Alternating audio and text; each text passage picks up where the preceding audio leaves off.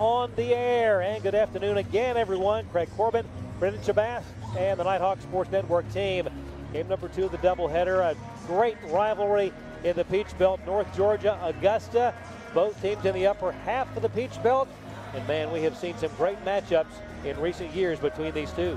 Yeah, absolutely. And UNG got the last two last season and ended a 7-game losing streak against these Jaguars. And, you know, obviously on the men's side, this is an Augusta team that has competed for national championships for a very long time. And while they may not be at that quite level that they have been in the past, this is not a program that you can ever take lightly, and it's always good to watch these two face off against each other. Of interest, Augusta had trouble getting out of the gate this season, losing the first 4.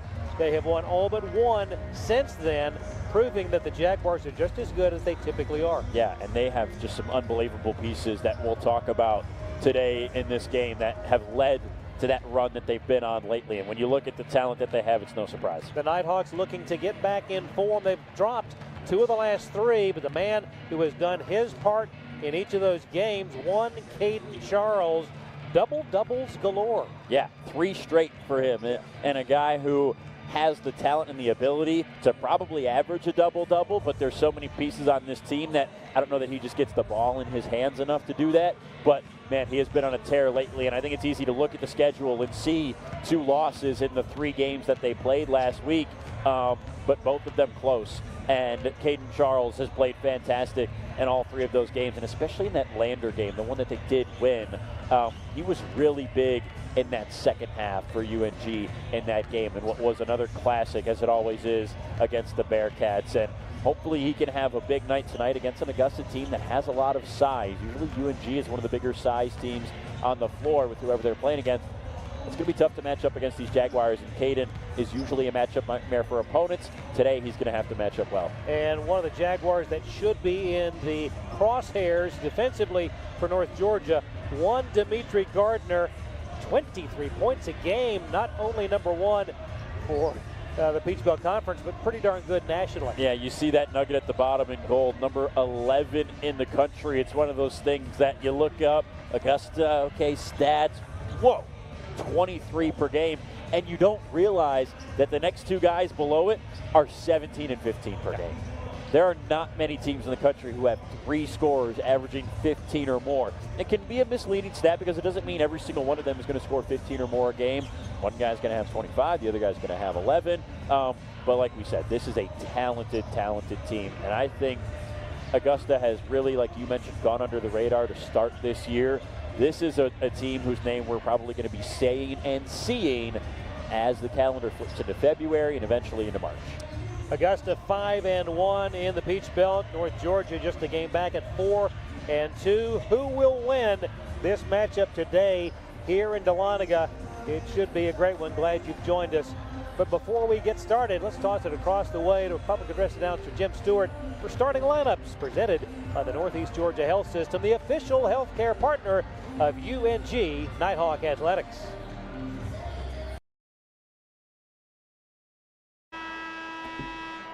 Ladies and gentlemen, on behalf of the University of North Georgia Department of Athletics, welcome to historic Dahlonega and Lynn Cottrell Arena at the UNG Convocation Center for today's conference matchup, featuring the visiting Jaguars of Augusta University, taking on your University of North Georgia Nighthawks. Ladies and gentlemen, as one of 6 senior military colleges in the United States, we invite you to please join the University of North Georgia and our guests as we honor America and those who support our freedom both at home and abroad. Today's anthem is a pre-recorded version as performed by the UNG Boar's Head Brigade Patriot Choir. Oh, say, can you see my arms early eyes, what's surrounding the hill and twilights lasting, whose stripes and bright stars through the perilous fight, o'er the ramparts we watch, where gallantly stream, and the rockets ring, those who sing in air.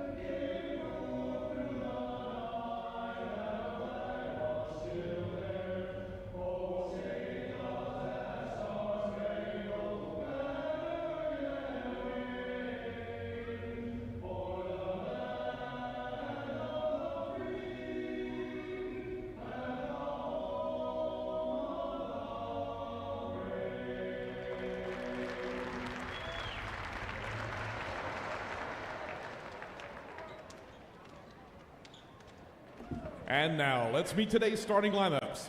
The starting lineups are presented by Northeast Georgia Health System, the official healthcare partner of UNG Nighthawk Athletics.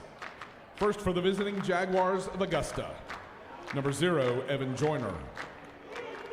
Number 2, Dimitri Gardner. Number 4, John St. Germain III. Number 8, Elias Paulson. And number 17, Maximilian Amatasoon. The Jaguars head coach is Dip Mitris, and he's assisted by Zach Tinkman.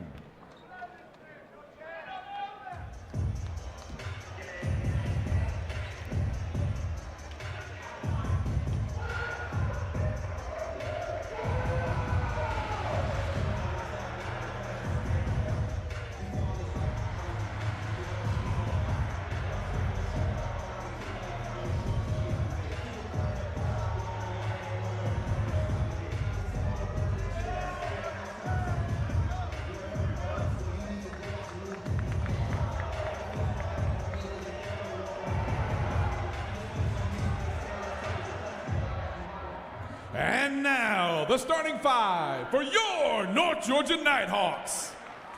At guard, a 5'10 junior from Memphis, Tennessee, number 1, A.J. White. At guard, a 6'5 senior from Pickerington, Ohio, number 10, Hunter Shettenhelm. At forward, a 6'6 freshman from Springfield, Illinois, number 21, Zach Hawkinson. At guard, a 6'3 junior from Kennesaw, Georgia, number 24, Caden Charles. And at center, a 6'9 junior from Birmingham, Alabama, number 32, Colin Turner. The North Georgia head coach is Dan Evans. He's assisted by Ben Casanova, J.C. Cavan, and Hannah Perkins.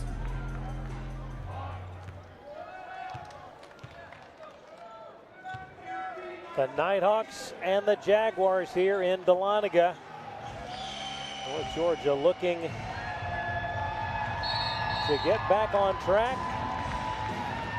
having dropped 2 of the last 3. But you look at the competition, it is tough in the upper half of the Peach Belt Conference. Yeah, absolutely, and there's a surprise up there, and it's USC Beaufort, yes, who UNG just lost to by 2 on the road in what was a very close game last Saturday. That's a Beaufort team that is really strong, and that result may surprise some people who are not quite familiar with the way the league is set up this year, but I think there's going to be some surprises in this league, and Beaufort's one of them, and it's been a tough schedule. Any Peach Belt opponent you play is going to be tough to face this year. We are underway. Colin Turner getting the opening tip.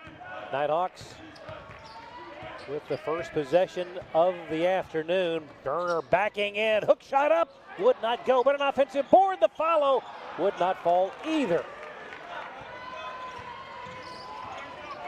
Good look for Hawkinson, but just could not get that one to go. First touch for the Jaguars.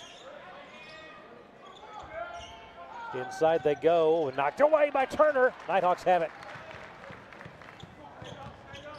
That matchup between Turner and Amatasan is going to be interesting to watch today. Absolutely. The matchup of the bigs, whether it's Turner and Amatasan or some of the wings that have a little bit of size, are going to be really key for both of these teams today. Travel. You mentioned some of the size in the open that Augusta has, and you can just see it on the floor. Definitely height advantage at certain spots. And they're going to try to use that. I think the key for UNG early in this game is getting out of bed offensively on a good note, because they've struggled out of the gates in some games to score the basketball, and it's led to them having to fight back in a couple games. If they can get on the board early and either hang with Augusta or build an early lead, it's going to set themselves up for the rest of this game. Hawkinson to Turner, over to Caden Charles, goes baseline, nothing there. Works through traffic, has it blocked by Evan Joyner. Joyner, the transfer from NC-A&T. Wing 3 up and good, and that is the one, the aforementioned Dimitri Gardner. Yeah, he's what we call a 3-level scorer, a guy who can do it from deep, in the mid-range, and at the rim, and that's why he's one of the best scorers in the country. And the junior out of Winchester, Virginia. Whistle inside. Give another look at it. Really good feed by Zach there. Had good position down low on the entry pass and was able to use that to his advantage, draw a defender, and find Big C to go to the free throw line. Turner settles in.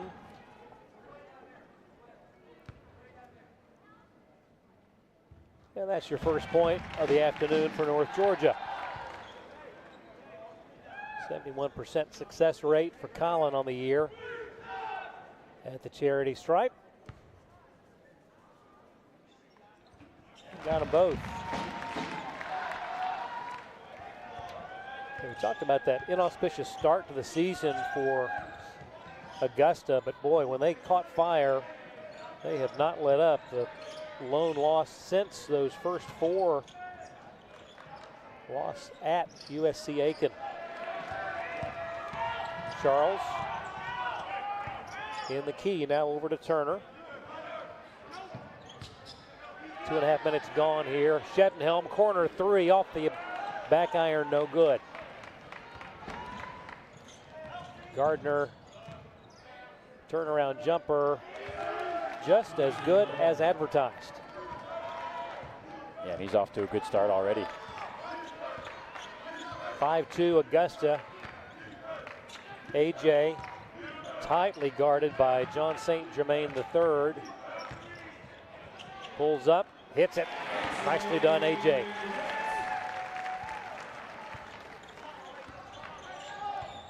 A lot of folks still talking about that electric finish that AJ provided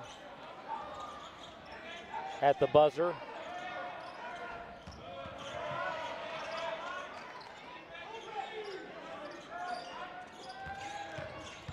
Garden foul line has it knocked away. Nighthawks have a chance to take their first lead of the afternoon.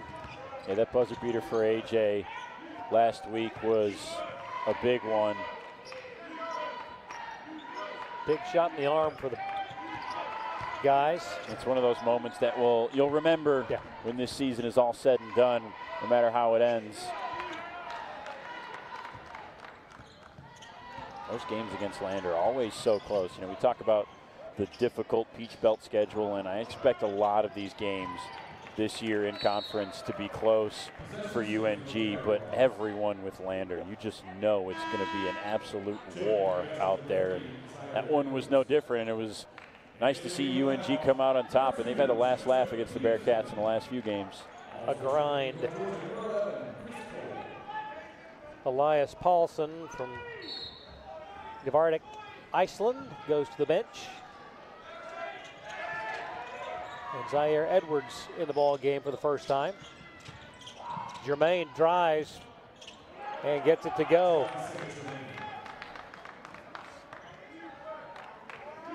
Jaguars by 3. 4 minutes, 15 seconds gone here in the first half from Dahlonega. JoJo Peterson in the ball game for North Georgia. AJ underneath, zips it back to Caden Charles. Boy, a lot of contact there. Goodness gracious, Edwards just completely discombobulated Caden on that drive. He was all over his arm. Missed shot, first miss of the day for Gardner, and AJ has it. Away to Peterson on the wing. Cole. Back to White. Shot clock at 13. The lob into Turner. Looking for help. Beautiful feed to Caden for the slam. Really nice pass there, and Caden converts with the dunk. Little pick me up. Maybe get this crowd into it early.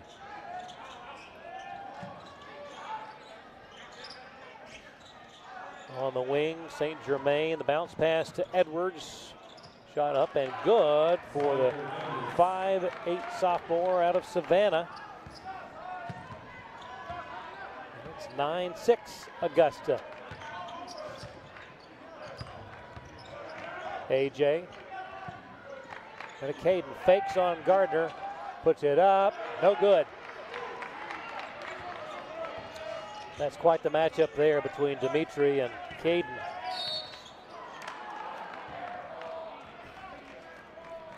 Whistle and a foul on Turner out beyond the arc, and a timeout of the 4, the under 16. 14:09 to go, first half. It's Augusta 9, North Georgia 6.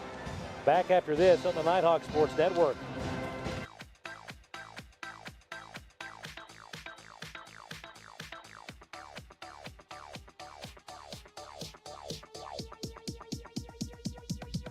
I need to try it first. At the heart of America's gold rush stands a beacon of leadership, tradition, and excellence. A university that has always led the way, forging an environment for broad-based academics, world-class athletics, and tomorrow's military leaders. The University of North Georgia. Learning and leadership, passion and preparation, transformation and tradition. We are the University of North Georgia. Fans, now you can wear what the Nighthawks wear thanks to the all-new Nighthawk Sideline Shop.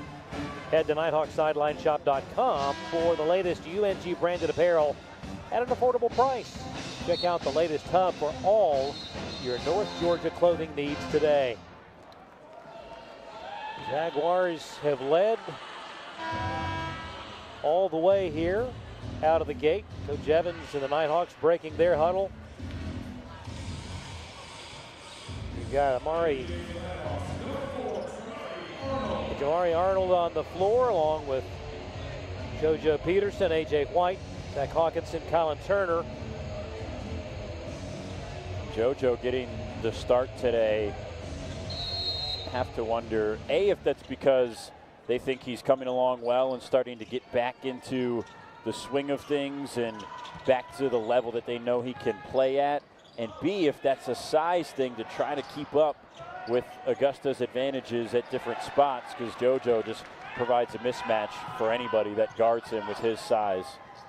And quickness. Peterson away to Hawkinson, now in the hands of Arnold. Jamari gets it to Colin, holding high. 13:40 to go, first half. Jamari down the lane. Bounce pass, Turner, floater, would not go. Left it just a smidge shy, but gets it back. Colin drives, and missed the dunk. He may have gotten bailed out with a foul. I agree. That's one he'll certainly want to have back if he can. But no, that's a good call. They got him on the arm right there. Yep. That was Palson that got him. You've got a very international feel to this Augusta roster as Colin puts it up and in. Represented are Iceland, Canada, Germany. What else do we have? I guess that's it. Yeah. Certainly, the game of basketball has grown exponentially in the last 20 years as far as its reach around the country. We're now seeing, and not just in the NBA, but in a bunch of professional leagues and in other sports as well, the league leaders dip their toes into the international waters. I mean, we just saw 2 games in Paris in the NBA. Obviously, the NFL has started to play overseas. The MLB is getting into it as well. The NHL is exploring its various geographical locations for some marquee games. And it's great because there is so much talent overseas that I think we've missed out on for a number of years here in the United States at every level, whether it's high school, college, or professional. There's some really good players that maybe just weren't given the proper look and scouting in order to get here and come play on this side of the pond. Yep. Miss from Gardner. He's missed the last 2 attempts. AJ, top of the key, tightly guarded by Edwards. Shutters in the ball game. Hands it to White. AJ in the corner, 3-pointer up, little shy, and rebound by Palson. Jags by 2 with the ball. Palson heaves it up for 3, no good. Rebound to Caden. That was really a set shot. Yeah, that was very unique form there. Nice rebound. Hawkinson makes room and ties the game. Offensive rebounding. That's the third already in this game for UNG. Love the way that Zach, when he came to the floor, created some room for himself. 9-all. Approaching the 12-minute mark, first half. Nearly a steal by AJ. And a travel on Zaire Edwards. That's really strong defense by AJ to force that turnover there. You could see the frustration on Zaire's face. AJ gets a breather. Sutton Smith in the ball game. Senior from just down the road in Alpharetta. Looks to the left side. Finds Zach. He'll work on Evan Joyner. Ball out of bounds, and it stays North Georgia's. Nighthawks looking for their first lead of the game, but they'll have to wait until after the under 12. 11:51 to go, first half. Tied at 9. Back in a moment on the Nighthawk Sports Network. Here in beautiful Dahlonega, your home is more than just a place. It's a place you run to. But every home faces the wear and tear of weather over time. And when it comes to protecting your family, a quality roof is everything. Our team is dedicated to protecting Dahlonaga's families and landmarks alike, with roofs that stand up to Georgia's unpredictable weather and keeps our communities safe and dry. From storm-resistant shingles to energy-efficient options, our roofs are built to last, backed by our product and labor warranties and a commitment to quality that's unmatched. Whether it's a small repair or a complete replacement, we've got you covered, Dahlonega. Call Joshua 19 today for a free consultation. Protect what matters most with a roof you can trust. Joshua 19, proudly roofing Dahlonega, one home at a time. Today's broadcast of the Nighthawk Sports Network brought to you in part by Bryan Properties, the leader in commercial real estate along the Georgia 400 corridor and a proud sponsor of North Georgia Athletics. As I mentioned, the international flair for Augusta, I missed the first guy that I had noticed on the roster from across the pond, and that is a young man from Maximilian Amadousan from Dublin, Ireland. Wow. And did you know that Dublin is the fastest growing city in the world? I feel like I remember that joke from last year. Yeah, because it's always It's just Dublin. there. It's just right there. It's always Dublin. I think last year you got me with it, though. I was like, wow, who knew? Interesting. Go Shutters. Go Dublin. And that's going to be a shot clock violation. North Georgia was looking for the first lead of the day. Could not get it. In the ball game, the Canadian Oliver Lucas, who prepped at Royal Crown Academic School. I will say, for the international players, the names of the schools where they came from, much better than here in the United States. 100%. They just have gravitas. Yeah, absolutely. There's just an aura about each of them. Edwards, away to Joyner.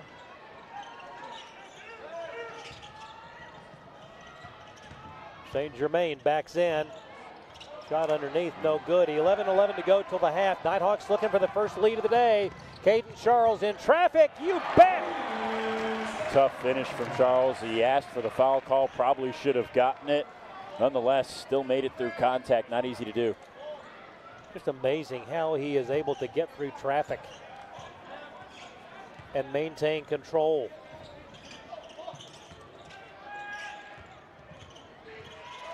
Gardner tightly defended. Now Edwards three-pointer, no good. Caden up ahead to Jamari. On the wing to Zach, gets it back. Over it goes to Caden. Now Shutters at the high post. Shot clock at 15 in traffic and a whistle. And this time I think Caden gets to go to the line.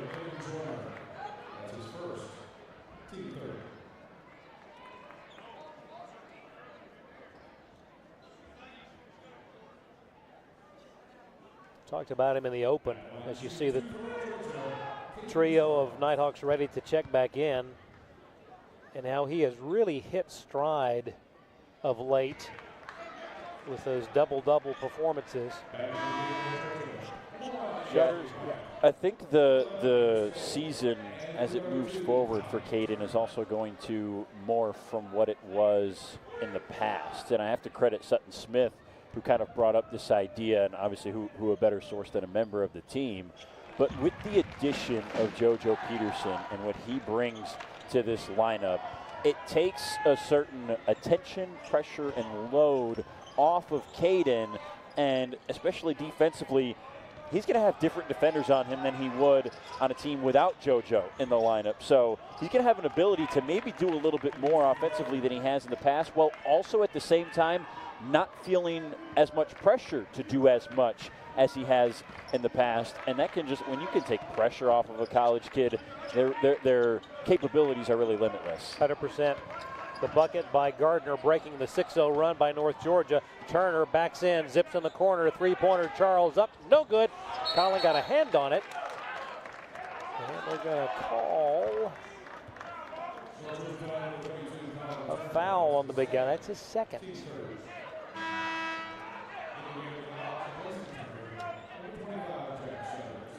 Shutters back in. Colin to the bench just past midway here in the half. Each team is led by 3. Oh, and a nice anticipation by Caden. Yeah, they're really trying to make sure Gardner gets a touch almost every single possession, and anything you can do to stop that is going to be a positive for UNG, and that's what Caden's doing right there. Gardner, a 50% shooter from the floor, 36 beyond the arc. Pretty impressive numbers for a guy who's listed as a guard and plays that way as well. We talk about 3-level scorer. Partially blocked by Shutters. Loose ball, scramble. Caden's got it on the move through traffic. Caden Charles, goodness gracious! Wow. That was 1-on-3, and my first thought was slow down. And that's those 2 words are just not in Caden Charles' vocabulary. Hook shot up, no good. Rebound Shutters. Wow, what a transition bucket by Caden. AJ in traffic, out. Go around to Shutters. And Cole's going to want that one back. He should probably let that fly. Yep. Shutter. He swings it to Shutters, kind of trying to get him a 3, but Shutters not necessarily a 3-point shooter. Lob the big guy, hook shot, no good. White did a nice job to draw the defense in and kick it out to Cole.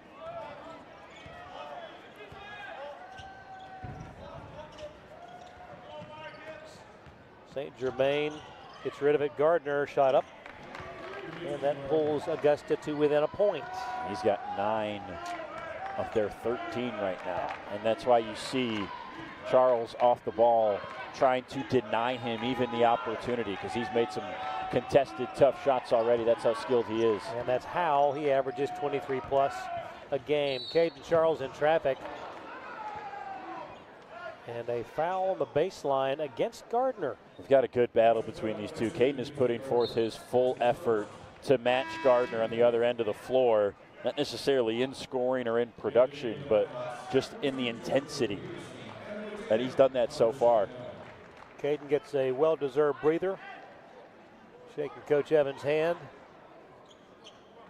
Shedenhelm back in. And like that conversation we had earlier about the relief JoJo Peterson brings to players like Charles and other players on this team as well, JoJo's the one who checks in for him there, and they kind of still get to keep the size that Charles has on the floor when guarding Gardner. Hunter stops on a dime and is fouled by Paulson. Yeah, Paulson got him in the face there as he stopped on a dime. 6'7" freshman from Jardvik, Iceland. And the under 8, 7:53 to go, first half. It's a good one in Dahlonega. Nighthawks 14, Jaguars 13. Back in a moment. You're watching the Nighthawk Sports Network. All right, show me how you did that again. I'm here. You've got a lot of reasons to be here. I'm here. That's why we're here. At Georgia Heart Institute, our breakthroughs in artificial intelligence could accurately model and predict future heart problems decades in advance, so you can make plans today to be just where you're needed tomorrow. Oh, I'm here. The future of heart care. We're leading Georgia there. Georgia Heart Institute. Georgia, Georgia, the whole day through. With the highest rankings in heart surgery and heart attack treatment, the future of heart care is happening here at Georgia Heart Institute, where Georgia's hearts are always on our minds. That old sweet song keeps Georgia on my mind. Georgia Heart Institute. Fans, we would appreciate it if you would follow the Nighthawks on X, Instagram, Facebook, and all other forms of social media at UNG_Nighthawks. And also check out UNGathletics.com for the latest news, scores, updates, and more about the entire Nighthawk family. I'm sure that's what's going on right there. Or what else would you be doing on your phone? Nothing. When you're inside the competition. Nothing. Yeah. A plethora of content. Inbound comes to Shedenhelm. Back to AJ. 3 in the corner. Yes. That's what UNG needed. AJ White makes his first three-point attempt of the game. I think the other one from earlier technically was a 2 with his foot just on the line in the corner. But if he can heat up from deep, that's always big for AJ. If he can knock down the first few, means he might have a good day in store. I just appreciate the fluidity. Yeah, it's so smooth watching him. That's the biggest lead of the day for North Georgia. The drive, block shot, here we go. JoJo on the move. Peterson, top of the key.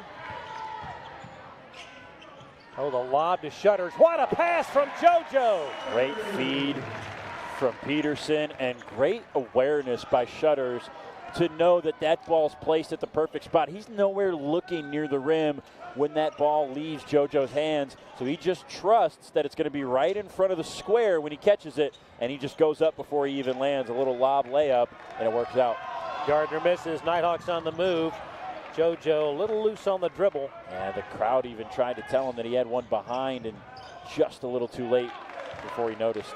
And a bucket from the St. Bonaventure transfer, Maximilian Amadasan. The most melodic name on either roster. Yeah, I agree. Sounds like a symphony. It does. Inside Shutters. Or a composer. Yes. Back to a 6-point advantage. North Georgia, Augusta, 6:06 to go until the half. Gardner tightly checked by Peterson. Around the horn they go to Joyner.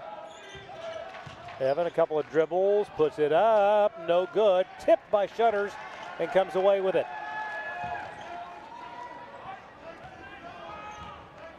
AJ walks it across. Caden and Jamari set to check. Back in. AJ down the lane, floater from 12, no good. Tipped back up by Shutters, again blocked to Zach. Here we go, JoJo wouldn't go. Hawkinson, my goodness, what a rebound. Zach turns, traffic, no good, and a whistle, he'll go to the line. What a possession. Really feel like going into this matchup, you would expect Augusta to maybe have the upper hand rebounding, but that's something that Dan Evans just can't accept, and his teams are always going to rebound and fight hard on the glass, and that's what they did that possession. 2 on that one alone. That's 5 offensive rebounds in this game for UNG. And as many second chance opportunities as you can get are going to help lead to a win. Yep. JoJo out. Shedenhelm back in. Second one coming now for Hawkinson. Rattles it home.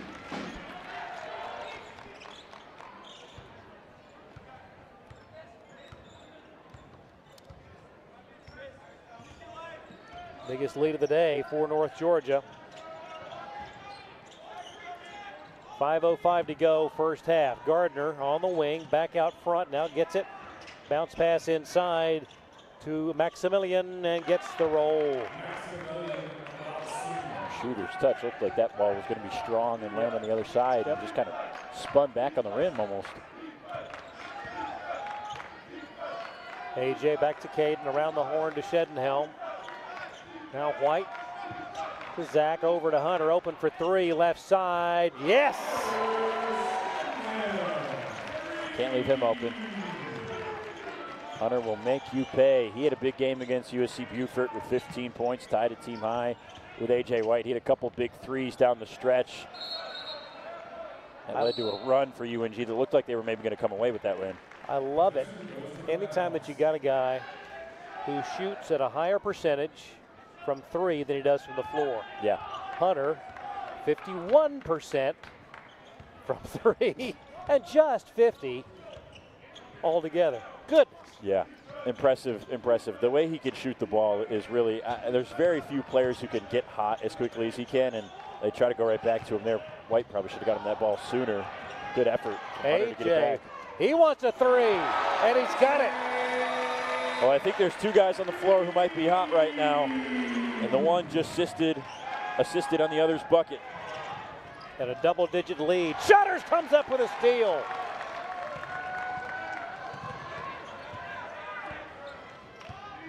AJ drives the feed to Caden, fakes, shoots, gets it to go. Nighthawks are on a roll. An 8-2 run by North Georgia gives them the largest lead of the day. Baseline jumper, Gardner, no good. Rebound, weak side, Hawkinson. Let's strike while the iron is hot. Caden turns, shoots, you bet. What a move from Caden, the behind the back dribble, the spin back. He even had to pause to let his teammate, Jack Shutters, get a little bit out of the way. And he opened up the window for the bank.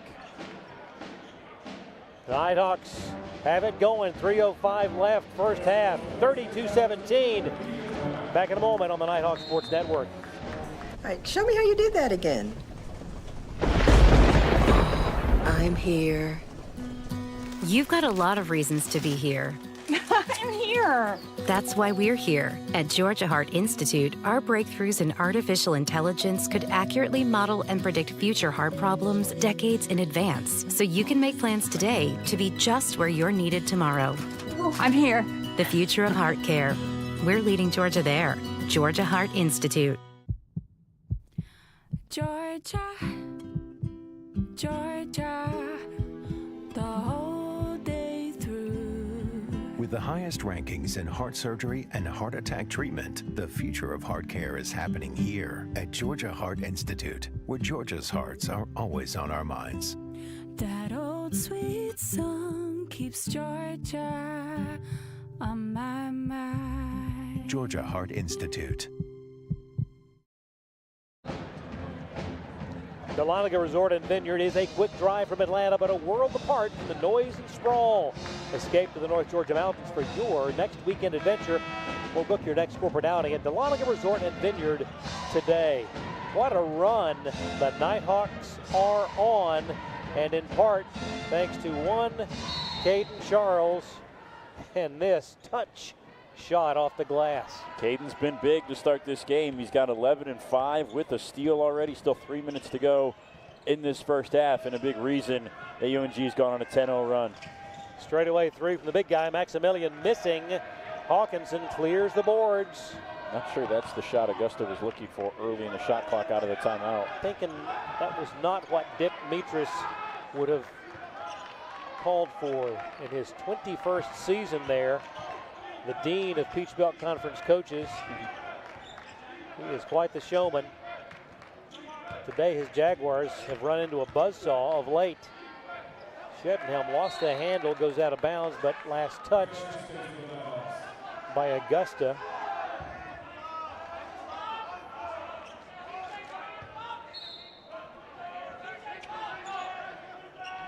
Inbound by AJ to Hunter, fakes the three, now takes the three, a little bit long, trying to get it Jack could not corral it. I'll never forget several years back when Dip came into Dahlonega, sartorially resplendent in a three-piece white suit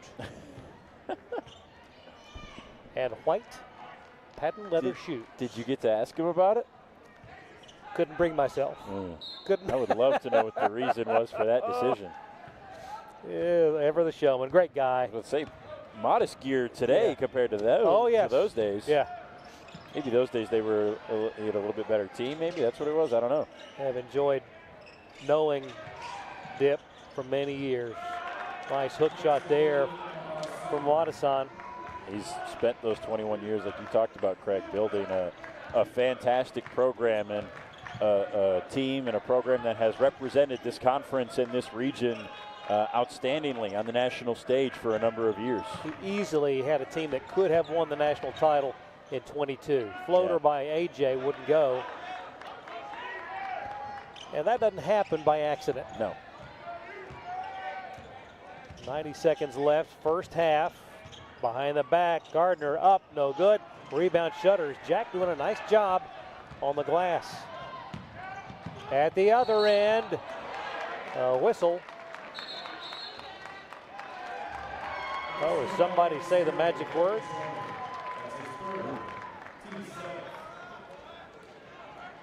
I think so.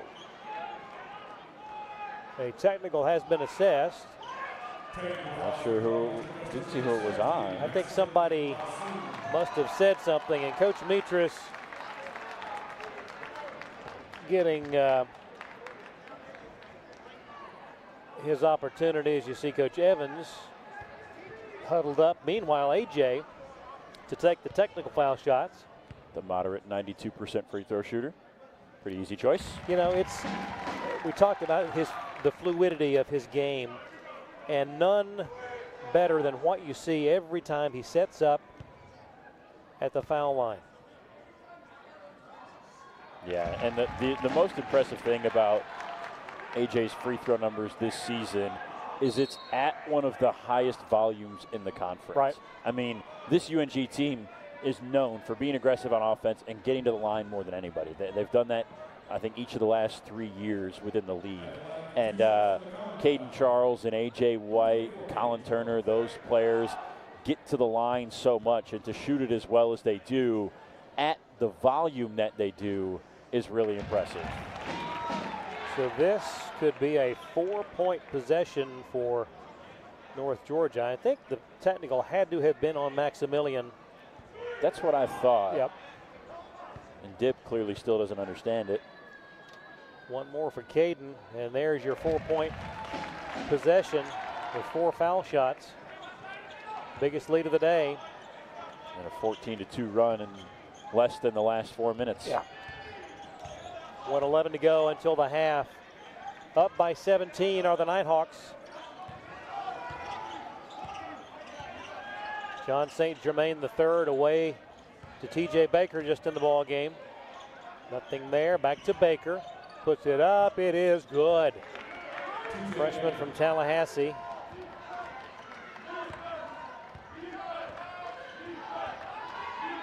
.45 seconds left here in the first half. Arnold away to Caden, right back to Jamari, goes to the baseline, bounce pass in the corner to AJ. Drives, guarded by Zaire Edwards. Backs in, what a move! Blocked, though, by Amadasan. It's good help defense by Amadasan to be there, but an impressive spin from AJ so quick. I think he thought he could get it up quick enough as well. But good help D by Amadasan. Nighthawks have it. 4 seconds, 3.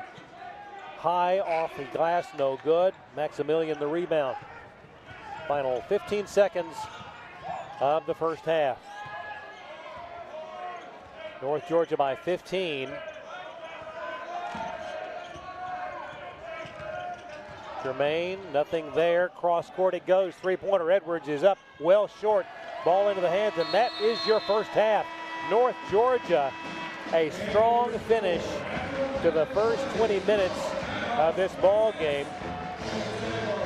Yeah, I mean, they go on a 14-2 run before that last bucket from Augusta right before the break, and that's exactly what they needed.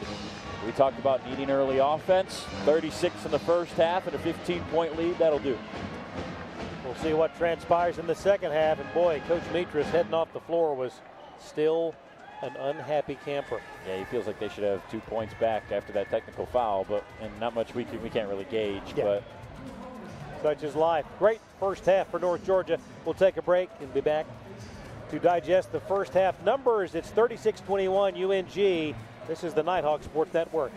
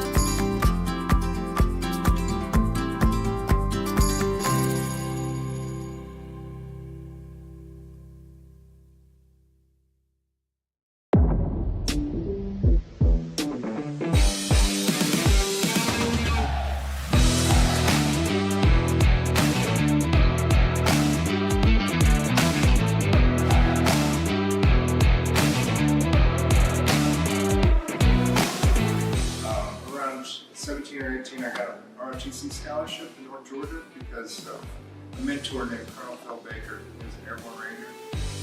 You see, our strategy is not transactional. Our strategy is transformational. That's why we are partnering with the biggest and the brightest minds in America to tell our story. Because over the next several years, we're going to build the Corps of the future. A Corps of cadets that America has never seen before. And we're going to serve veterans on all of our campuses like never before.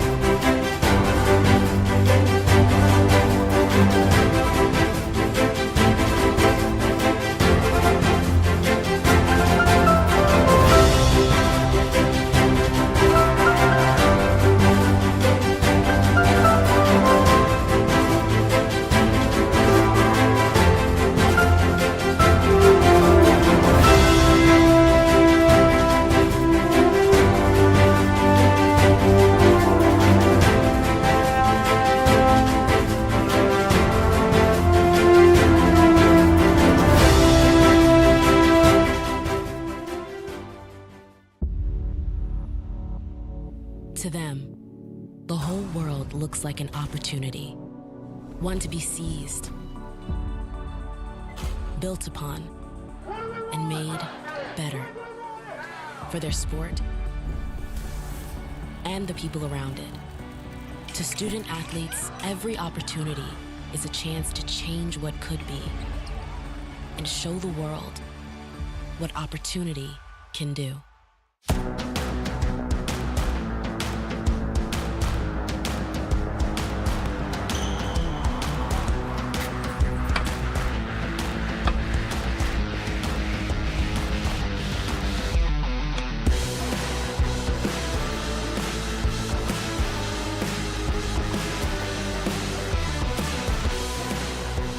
Northeast Georgia Health System is a proud supporter of North Georgia Nighthawk Athletics.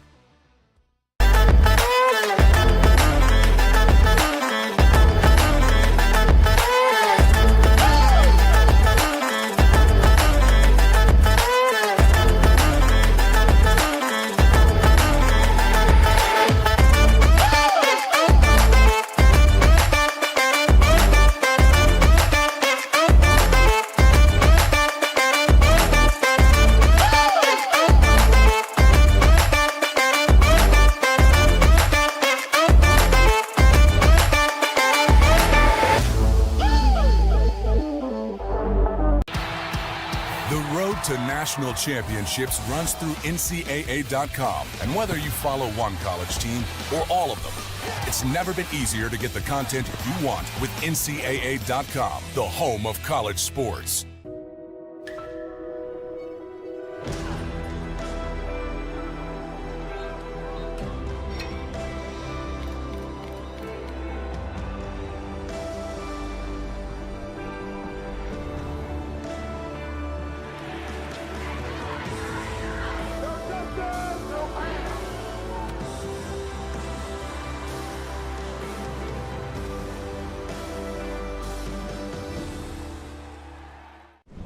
All right, show me how you did that again.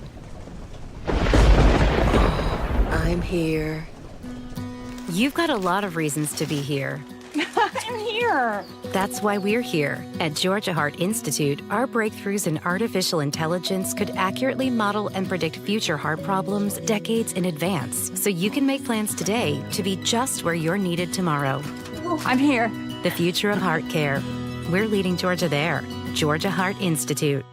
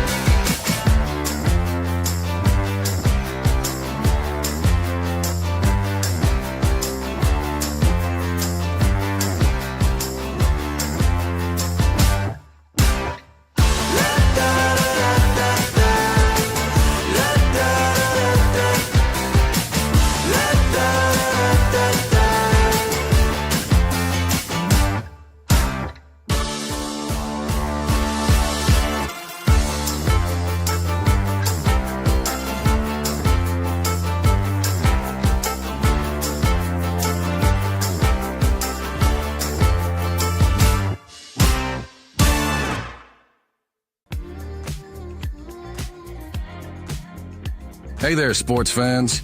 Ready to unlock incredible hotel deals? Get a free membership and save up to 50%. Stay grand. Spend less. The simplest site. The best unpublished hotel deals. peachbelttravel.com.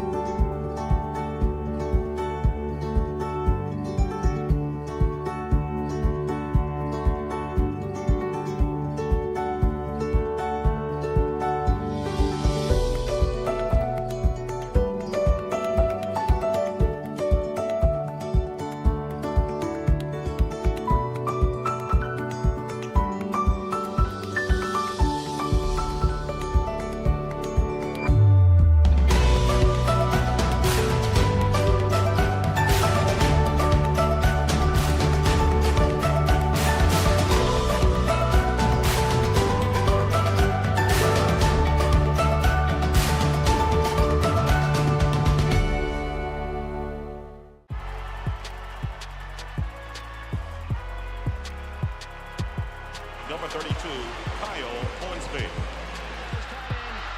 Inside the 30. Touchdown. Michaela burns it. An incredible finish by Hall. The NCAA and its member schools offer nearly 500,000 college athletes a path to go pro in something other than sports. Learn more at ncaa.org.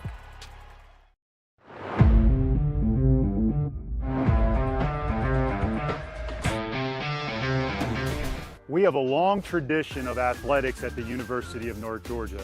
For the past 50 years, our athletic programs have been making a difference for our university. And today, I'm really excited to talk about how we will take that to the next level. When you think about elite athletics, you think about elite performance. Mary Rob, tell me what that means to you. So elite performance at the University of North Georgia is unique because we have a value proposition unlike anybody else in this country, where we're able to perform at the highest level because of our connections with our Corps of Cadets and our College of Health Sciences and Professions, coupled with our professionals from coaches, athletic trainers, support staff, and our Department of Athletics, where we're preparing our student athletes to battle on the field of competition, in the classroom, and in our community. We'll be elite in everything we do. So today, we are really excited to announce our strategic bet, where we are going to deliver elite performance, elite competition, and the most value-adding Division II athletic program in America. Go Nighthawks. At the University of North Georgia, education is more than just a degree. That's why we understand student success is based on 4 interconnected pillars: academic achievement, sense of purpose, well-being, and belonging and engagement. Each pillar reinforces the others, forming the strong foundation that helps UNG students succeed during their time here. Academic achievement is what happens when students work hard and succeed in their studies. At UNG, no matter what degree you're pursuing, you'll receive support throughout your academic journey. We're here to assist with securing internships and study abroad opportunities, as well as other helpful resources like tutoring and advising to improve grades and prepare you for your future career. As a student, you develop a sense of purpose by exploring your unique strengths and personal values. This self-discovery happens when you join clubs, volunteer for community outreach, and participate in leadership activities. When you connect your strengths and values with your academic goals, you'll be able to make meaningful choices about your educational and career pathways. Well-being refers to the overall state of being healthy, happy, and prosperous. It's defined through 8 key dimensions: career, environmental, financial, intellectual, mental, physical, social, and spiritual well-being. When students maintain a healthy level of well-being across these areas, they can better manage stress and anxiety while enhancing their resilience and leadership abilities.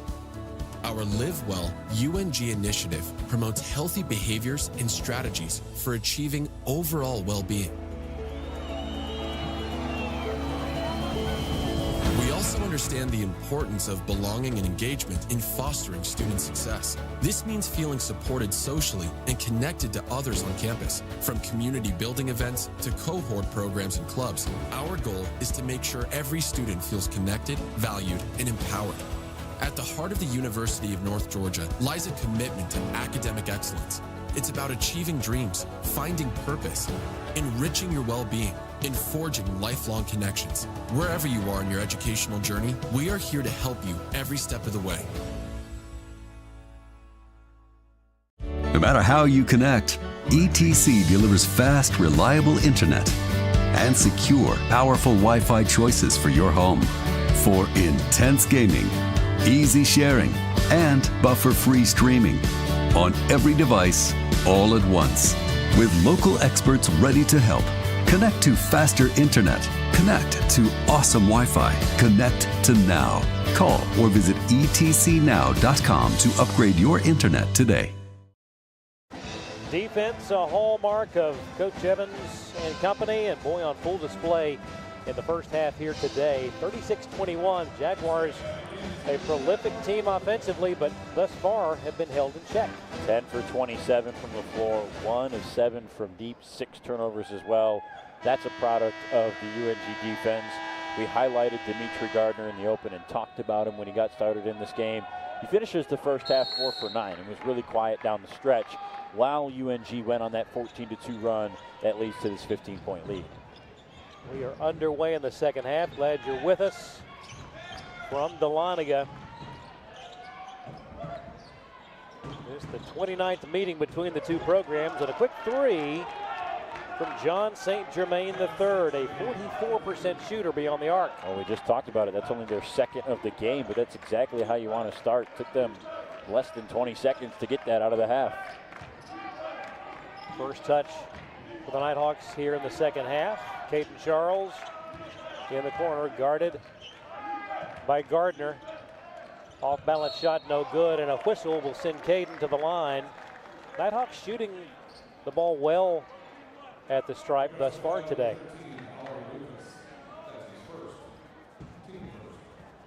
Yeah, 75% at the line, 9 for 12. You and I talked about it off air, Craig. This is an area of the floor Augusta has yet to see. Yep. No free throws attempted in that first half. And we mentioned UNG's high volume shooting numbers, and it becomes a conversation. I see it a lot at the Division I, more so with fan bases and maybe the intellectual basketball knowledge of certain fan bases, and fans is not as high as you know, coaches and players and people in the sport. But they always, a lot of people when arguing about games and whatnot, talk about, oh well, this team shot this many fouls, this team only shot this many. It was a huge conversation like with Purdue last year, when they were a really good team, and with Zach Eady in those days. And maybe for that specific instance there was something to it, but number of free throws taken in a game does not always tell the story of whether the refs were one-sided or not. You can't lie with 3 straight seasons of the Nighthawks being one of, or if not the highest volume free throw shooting team in the conference. And it's a style thing. You think about the players that they have in that stretch with guys like Frank Champion and A.J. White and Colin Turner and Caden Charles, just fearless and fearless of contact. And that's the style that Dan Evans recruits. It's the style that he preaches and the style that he has his team play, where we're going to be aggressive and force the defense to make a play. And if they can't do that, they're probably going to foul us. And so many times the Nighthawks this year have had so many close games, single possession games, and win or loss, in almost every one of those, they've taken more free throws than their opponent. And that goes to show you, I mean, that's the difference in many games right there. It makes a huge difference. John St. Germain with all 5 Augusta points here in the half. Turner drawing contact inside. Just a titanic battle for position between he and Maximilian. You can see him, Addison, after he makes that foul, kind of raise his arms, maybe protesting the call a little bit, but maybe subconsciously also in like, what am I supposed to do? Right. I mean, Colin is just the biggest dude on the floor at any given moment, not only height-wise, but obviously you can just see in his build, just so strong and thick, and uses that to his advantage. Again, not afraid of contact, using it to a positive for UNG, and it's resulted in a number of fouls tonight for Addison. 1 of 2 for Colin. And 39-26, your score. A minute and a half gone here in the second stanza. Dimitri Gardner hands off to John St. Germain. That shot woefully short, but right into the hands of Carlson. Elias scores, a freshman from Iceland.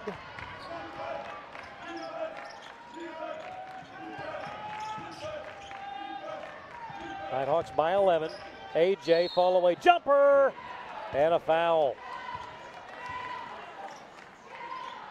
Looked good for a long time on its way to the basket, but White's going to go to the free throw line.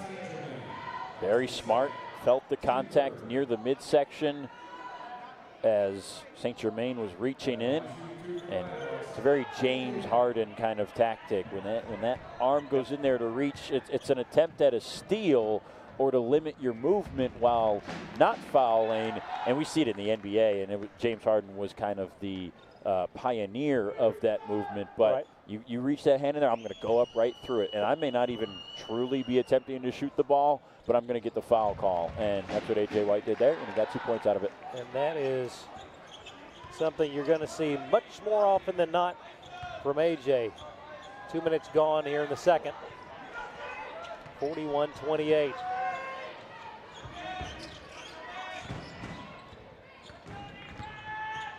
Down low, Gardner. Yeah. Boy, and Caden thought that he had all ball. You might have a look on replay. It looked like a foul live to me. Sometimes you can get away with this reach in here, and it is all ball, but it's really hard for the officials to see that. It's right here. Yeah, that's contact. Yep. There is a lot of ball that he does get, but there's a lot of arm too. But for Augusta, if they want any chance of getting back in this, they're going to have to get Gardner back going. They don't have anybody in double figures yet. He's the closest with 9, but it's been a while since he last had a bucket. 17:40 to go in the ball game. Maximilian turns, shoots, no good, not even remotely close. AJ. Now Turner drives, creating room, puts it up, no good. That's sort of an in-between shot. Not sure that it was going to be off the glass or not. Yeah, that's exactly what I was going to say.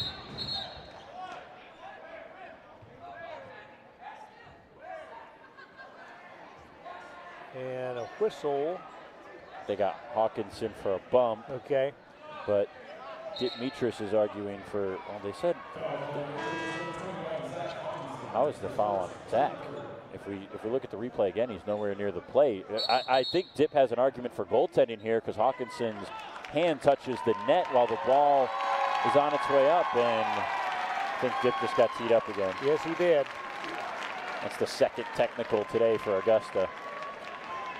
And coach is being... Here's another look at the replay. I mean, there's just no way this foul is on Zach. 21 there coming across. Nope. I think they meant 32. They did say 21, though. Yep. That should be on Colin. Maybe the method of arguing deserves a technical foul, but I can't help but feel like he's right. You can't touch any part of the basket while the ball is at the top of its arc, on the way down, or within the cylinder, and that includes the net.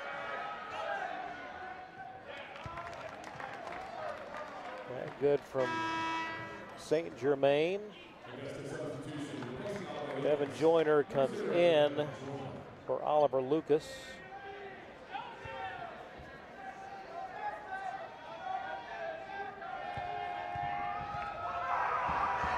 One more for the sophomore out of Charlottesville, and got them both.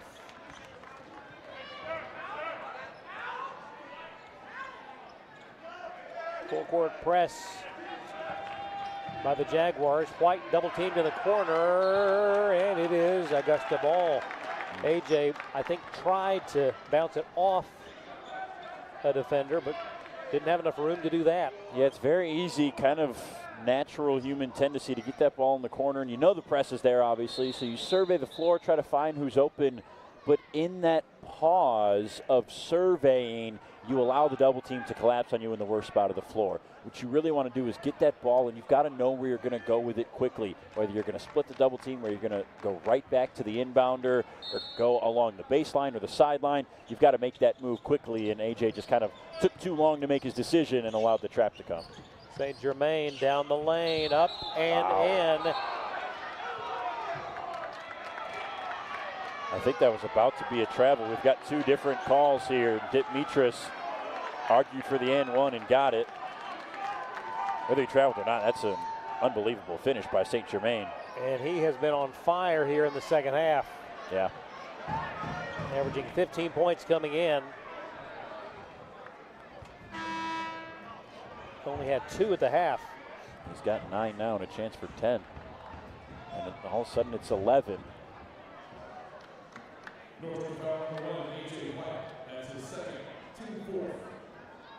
the foul on AJ.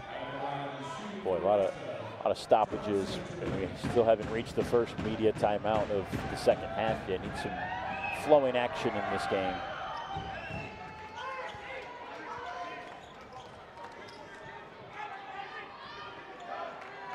I beg your pardon, it's only an 8-point game. The scoreboard hadn't been updated yet. So they get the 2 plus the free throw, so 41-33 now.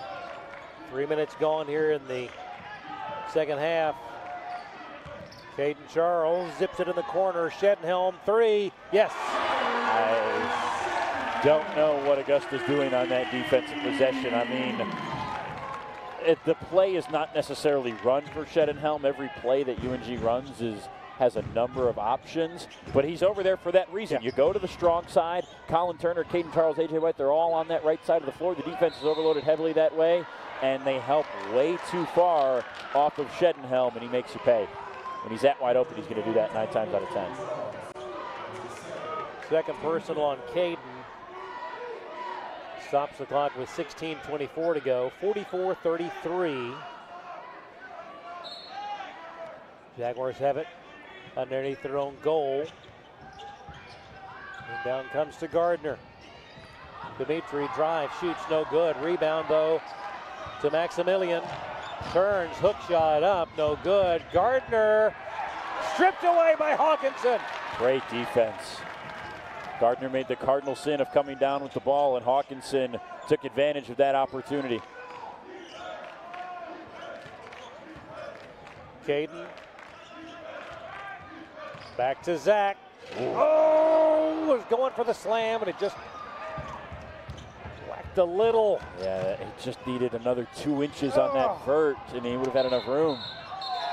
And travel.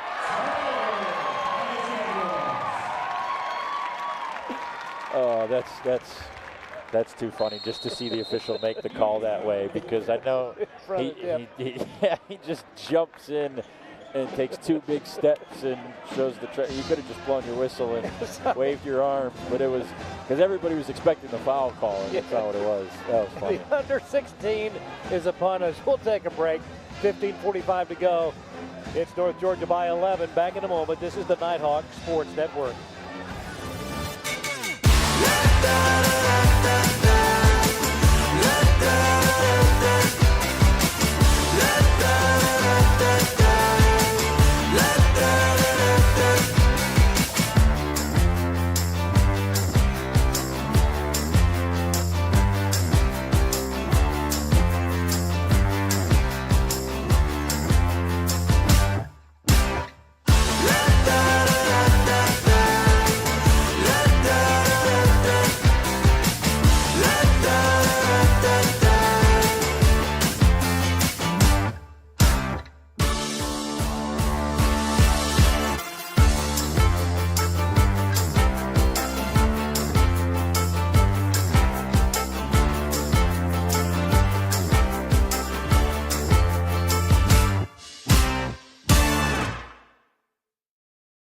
Calling all business owners, let Business Fernie, proud partner of UNG Athletics, help you furnish your workspace with office furniture, graphics, wall solutions, and more. Well, we have had some action today. Both the players and look at the top of your screen here, and the ref and the stripes. 1, 2, 3 steps, wave it off twice, travel. Right. And there's Dip. Dip just puts his hands on his face. That's too funny. Never a dull moment. He's been on their case all day today, and I have to say, we have to applaud the officials that willingly accept the assignment of Dan Evans and Dip Mitras in the same game. Yes. Shedenhelm. Hunter is hot.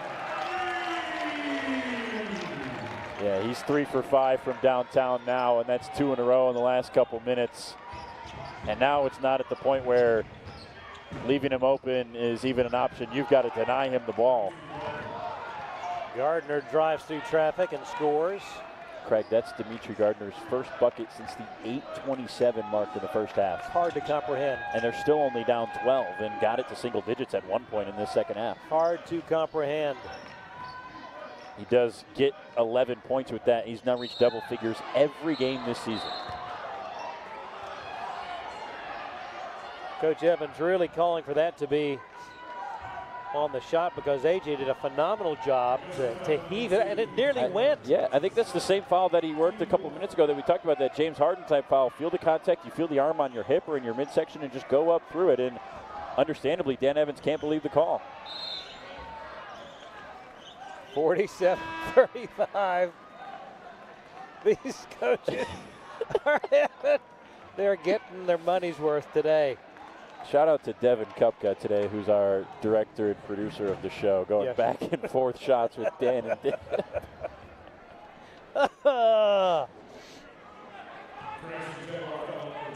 It is nothing if not entertaining. That's all we're really here for, right? Absolutely. Nighthawks by a dozen, 14:41 to go. Shedenhelm wants another three. Shedenhelm on a roll. This is what he did in the second half against USC Beaufort. Hopefully the result of this game is kinder to UNG than that one was, but went on a run sort of himself, hit a couple threes in that second half to give UNG a padded lead down the stretch. Nice defense by the Nighthawks, and Maximilian could not hold on to this after the ball had been tipped by Turner. And now the crowd's starting to get into it as well. Oh, yeah.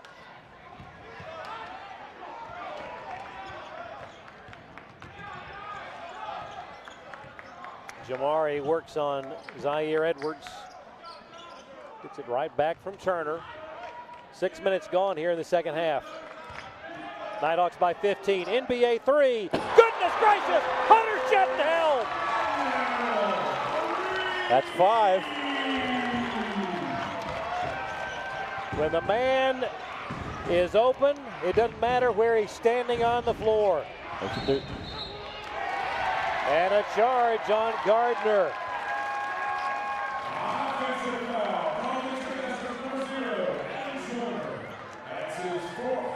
Shedenhelm putting on a show.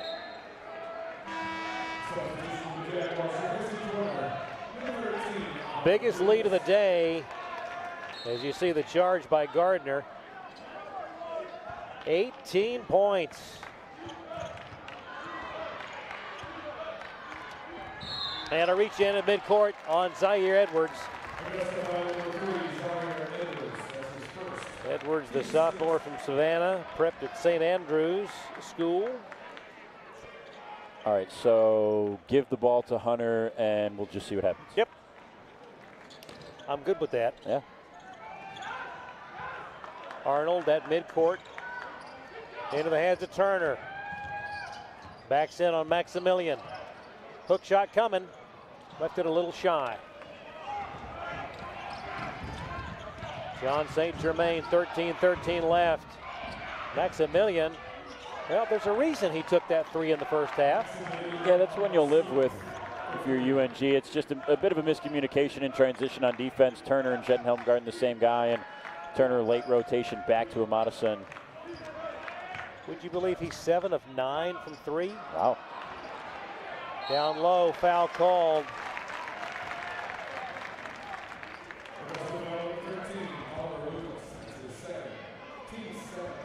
Clock stopped, 12:51 to go. What a game here today between these two Peach Belt rivals. Talked about the fact that the Jaguars have won 2/3 of the games in the series. They have a 19-9 advantage. This is the 29th meeting. Just a little strong that time from Caden. Shutters will check in. Calling out. Yeah, it's been Augusta's upper hand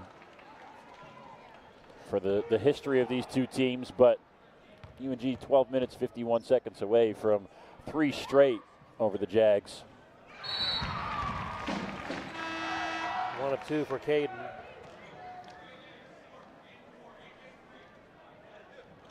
Shutters, Hawkinson, Peterson.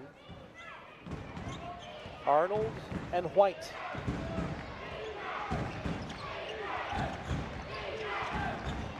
Edwards closely guarded by AJ. Hands it to John St. Germain at the foul line. Hard to do much about that from Gardner. That's a really good off-ball action by Augusta to get Gardner a wide open shot, and they really need him to start cooking. It's getting to be maybe takeover time for Gardner to see if Augusta can muster up a little bit of a run, but UNG has just played really good defense all day today. Ball tipped away by Edwards, runs the floor, puts it up, hop in, blocked by JoJo Peterson. Boy, for a guy who had multiple knee injuries, take away a season and a half, how many players are getting back on defense full speed and leaping to make that block? Now, how about Shutters? Good idea right there to try to throw it off of Edwards on the floor. Just didn't work, but credit the nice the idea. heads up. Yeah, nice idea. Yeah, no one would have blamed JoJo to make a business decision and not leap and go up for that. Yeah. That doesn't matter to him. He wants to make the block in the play. And it was a good-looking shot from Edwards, high off the glass. Gonna be high off the glass. St. Germain in the lane to Gardner, 10 to shoot, puts it up. Oh, somehow gets it over Shutters, even with the contact. That's great help by Jack Shutters. A great move by Gardner to spin off Peterson, and Shutters just not quite straight enough. Well, credit to Gardner. Timeout first. The under 12, 11:49 left in this one. It's UNG 54, Augusta 42. Back after this on the Nighthawk Sports Network. No matter how you connect, ETC delivers fast, reliable internet and secure, powerful Wi-Fi choices for your home. For intense gaming, easy sharing, and buffer-free streaming on every device all at once. With local experts ready to help. Connect to faster internet. Connect to awesome Wi-Fi. Connect to now. Call or visit etcnow.com to upgrade your internet today. Fans, we absolutely appreciate you joining us here on the Nighthawk Sports Network, but you are missing out. Come on down to the UNG Convocation Center for the ultimate in-person fan experience today. Single game tickets available for purchase at ungathletics.com/tickets. And for those who have been here today, goodness knows a barn burner in the women's game. And this has been entertaining by far in the men. Yeah, and the light at the end of the tunnel is only dim for UNG. It's a 12-point game. Demetri Gardner's going to get a free throw, and if he makes it, that'll be 5 second-half points for him all in the last 2 minutes, 3 minutes. So he might be heating up. Got to be aware of that if you're the Nighthawks, and make sure you stay keyed on him, as they did a really good job at the end of the first half, shutting him down the stretch. But we saw it in the women's game, kind of a similar script to this, where double-digit lead in the third quarter. Augusta turns things around at the end of it and eventually comes back, and we got a great finish there. I don't think this game is necessarily too different from that one as of right now. Gardner steps in, 81% free throw shooter, and right through. And an 11-point game, full court pressure by the Jaguars. Shedenhelm back in, bounces it to Caden, double teamed immediately, zips it over to AJ, yep, to Colin. Now they'll set the offense.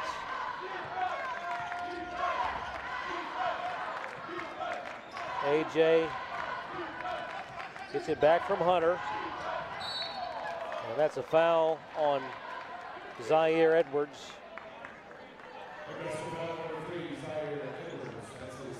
Second personal on Zaire.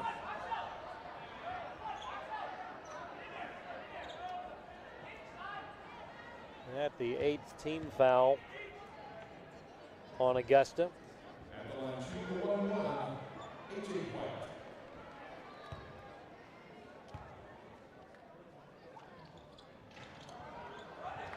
Rare miss. very rare miss. Yeah, we talked about it earlier. Maybe it's our fault, but doesn't happen too often. Double team. Down low. Up and in. 11 to go. A little bit of a run here by Augusta. 7-0 spurt. Yep. Caden Charles.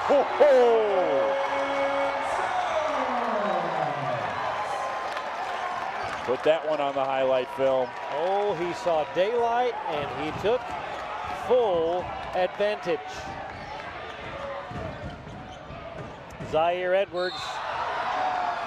We're going to call the foul on AJ. Zach had come in for the block. I'm still hung up on the other end. Yeah. That was a thing of beauty. Tomahawk time. Left hand, too. Yeah. Out of my way, Mr. Lucas. Back to Toronto with you.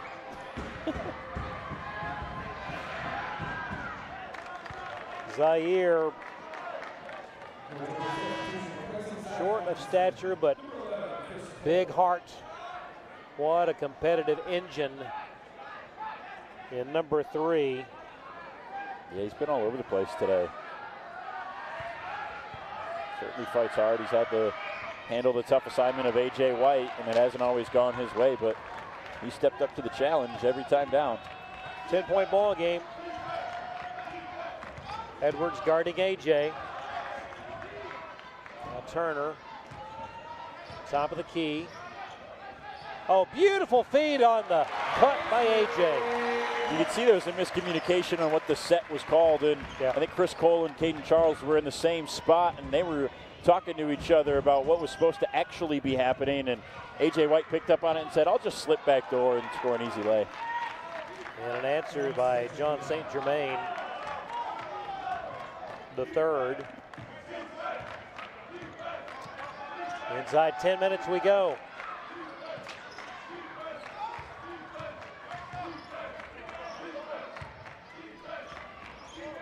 Caden drives on Gardner, and a foul on Dimitri.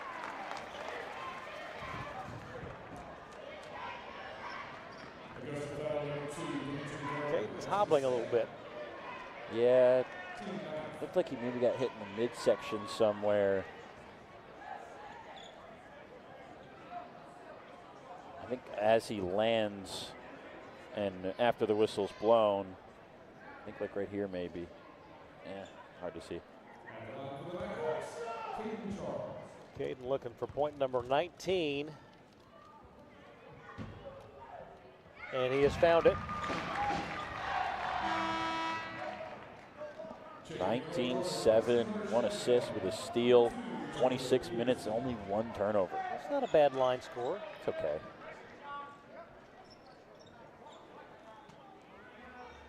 Just love the way that Caden has embraced his role with this team.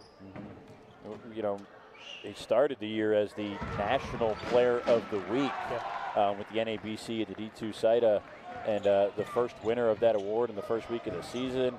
He had 30 in a game in the Small College Basketball Hall of Fame Classic, followed that up with a double-double in the Southeast Region crossover in Gaffney up at Limestone, and he's had his ups and downs. He certainly had some quieter games as well scoring, but we talked about the addition of JoJo and whether it actually proof positive comes to be that he has less pressure on him defensively because Peterson is in the game more.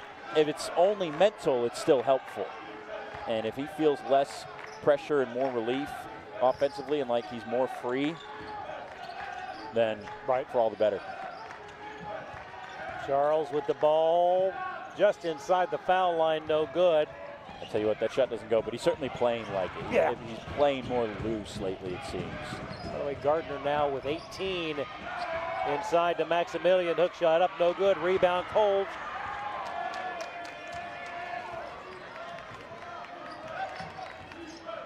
AJ is run over, and that's the third on Zaire. Yep.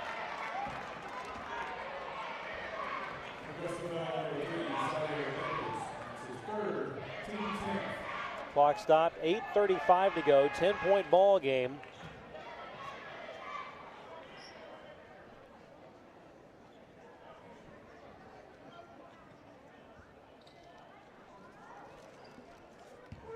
Nighthawks led by 15 at the half. And 2 shots for the Nighthawks, AJ White. Oh, goodness. Oh. Okay, the first one I said I was going to say it was his second miss in 9 games. So maybe just you got to miss one on every occasion. Wow. 2 in a game. Been a while since AJ did that. Goodness gracious. I mean, coming in, he was 67 of 73. That's the AJ we know and love. That'll be another 9 games before he misses one. Yeah, exactly. We'll see him in March for the miss. 8:28 to go. Nighthawks by 11.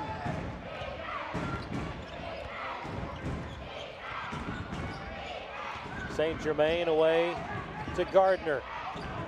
Now Lucas hands it back to Germain. Shot clock winding down, blocked by Caden Charles.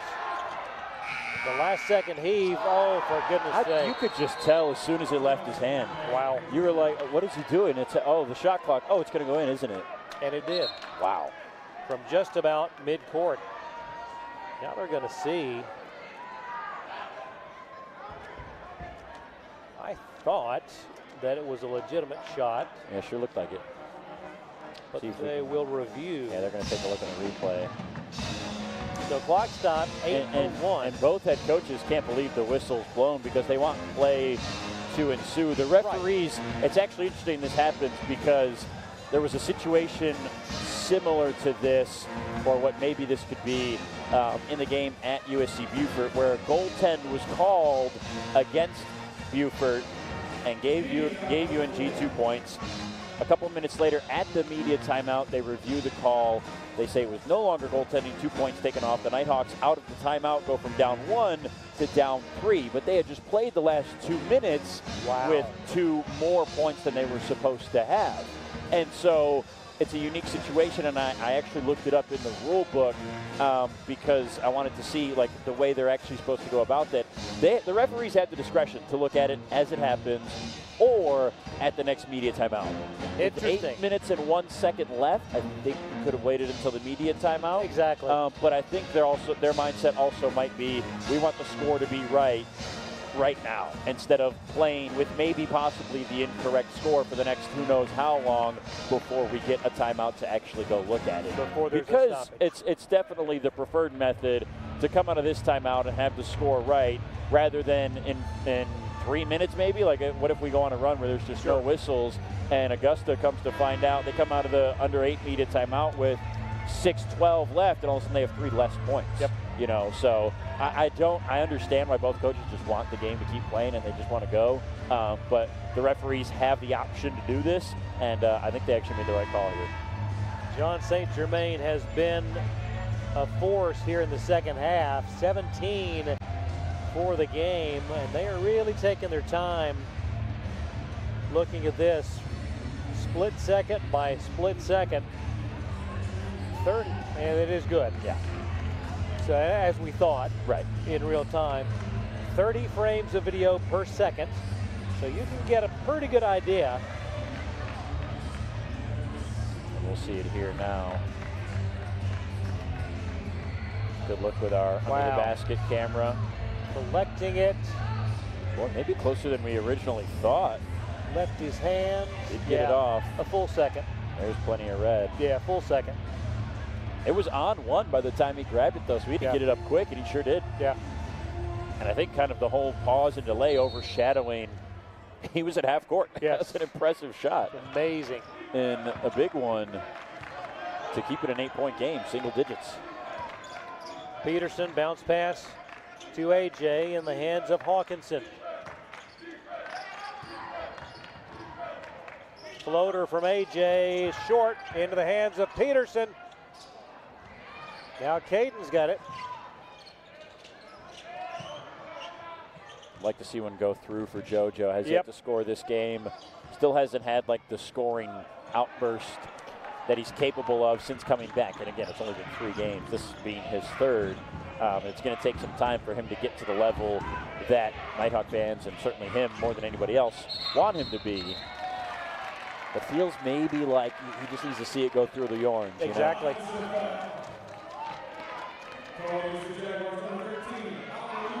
going to be an offensive foul on Oliver Lucas. And that negated an opportunity on a pretty good drive to the bucket.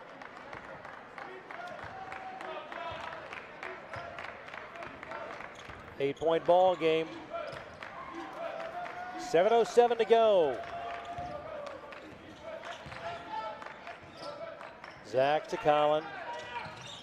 And now AJ.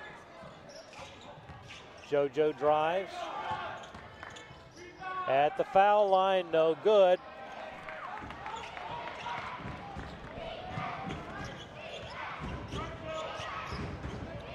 St. Germain away to Gardner. The feet, oh, beautiful.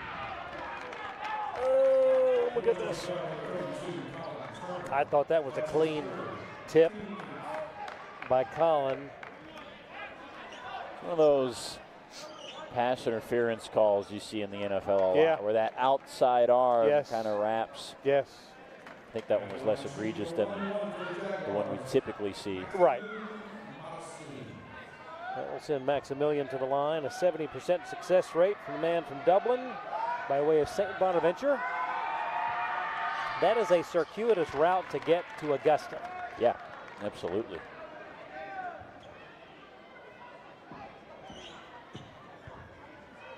Got the first. That's someone who's well-traveled and perhaps probably more cultured than the rest of us. No doubt. Just naturally. 6-point ball game, 6:38 to go. Nighthawks need a bucket to stem the tide. Caden Charles, the feed to Colin, underneath, lost the handle. Goodness. St. Germain will go to the line. Tough play there. Caden going against a smaller St. Germain, thinks he can get the block, and it's hard to stop yourself in the moment. For St. Germain, a great job positioning himself to force the contact and the foul. Really don't want to give up the foul there, though. That's a tough transition layup, and this can be just a 4-point game with these free throws. Boy, this game is just eerie with the women's one, huh? It's uncanny. A miss from Germain, unusual. St. Germain, an 85% success rate at the line. And a lane violation.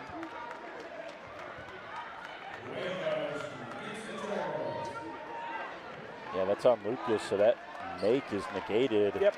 Lucas and Charles kind of went in right around the same time. I think Lucas did go first, though, and those exact same 2 players did the same thing earlier. I was kind of shocked they didn't call a lane violation on that one from earlier.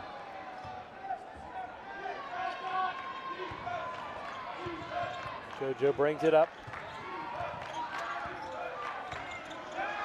Near steal by St. Germain. Oh, and he kicked the ball. Yep, you cannot kick it. This ain't soccer.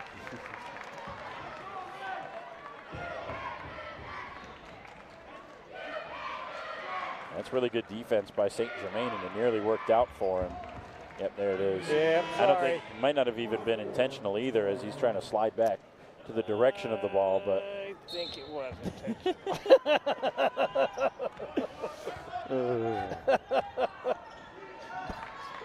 I take that under advisement. Okay, Charles down the lane, lost the handle, got it back, floater, gonna call it a travel. I disagree with that. I thought it was tipped off St. Germain, so when Charles regathers it at the bottom, because he can't drop it and pick it up. Right. Maybe it wasn't, maybe a little bit slower on the replay, we could tell. It might have bounced off his own leg, and he may have just thought it was off Gardner's. Right. Gardner lost the handle. Caden Charles, no good. I get what he's trying to do. I think you got to give that one up, though, to White. Yep. You know, Early. drive until the defender stops you. Yep. Well, he stepped up and tried to stop him. St. Germain slow to get to his feet.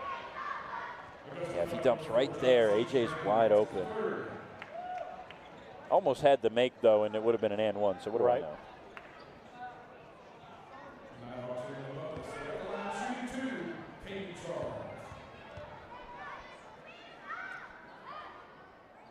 Caden did not get the roll. 20 points on the afternoon.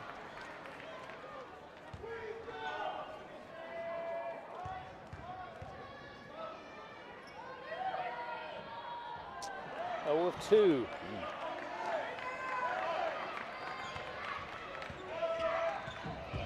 Still a 6-point Nighthawk lead. And Dip, as we heard, wants a 30. So we'll keep it right here. How much would you be willing to put down to have, at any given moment, a microphone live to Dip Beatrice during a broadcast? $100. $100. Yep. I think that's a good price. Yep. I think that would be well worth it. Every penny. Yeah. Every penny. To just at our own accord, yes. just see what he's saying at any moment. Have it on good authority that it's been an active verbal afternoon on that half. On that side of the court. Yeah. So the Nighthawks up 6, 5.5 to go. That lead has in essence been cut in half. Yep. The Jaguars have nibbled away at that lead. Yeah, it's been quiet. It's been slow. There have been good and momentous plays for UNG in between and during this comeback, but it has been Augusta the last few minutes leading on the scoreboard, a 5-0 run over the last 3. Play has just been really slow the last couple minutes, a lot of stoppages. We had a couple turnovers consecutively by both teams. It's hard to feel like it's a run when that happens, but they are making ground on the scoreboard. What is it now? It's a 15-6 run.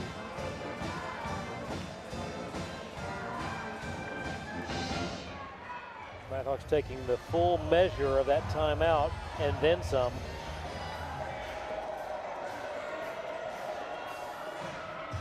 The Nighthawk Brain Trust. Edwards inbounds to St. Germain. Now Lucas.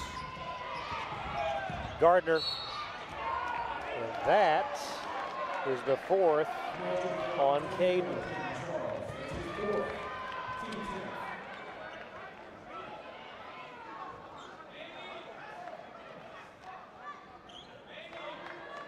Gardner with 18 on the day.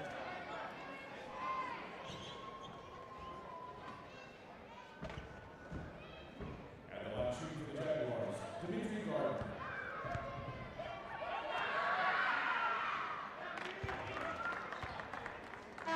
(61-56). Shedenhell man for Caden. Be big if they can get Hunter to catch fire again. Yes. The Nighthawks could ride that hot streak a little longer than they did.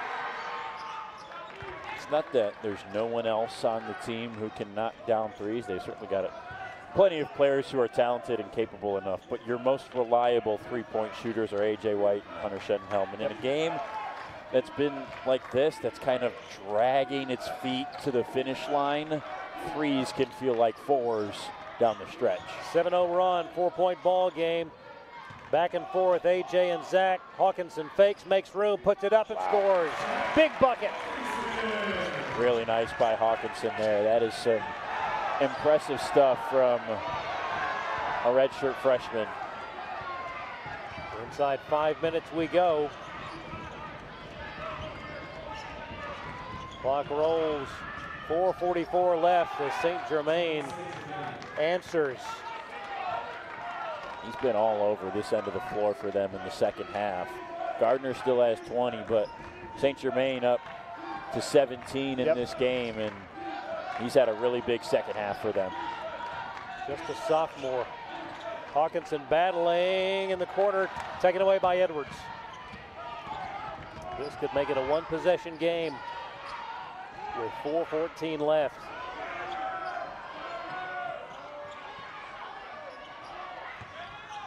Lucas holding high. One dribble and away to Gardner. Edwards now feeds Maximilian, backs in on Turner. Shot up, no good, left it short. Rebound snatched by Arnold. Nice defensive stop. Oh, goodness. And the under 4 timeout. We will take it. 3 minutes, 50 seconds left. It's UNG 63, Augusta 59. Back in a moment. You're watching the Nighthawk Sports Network.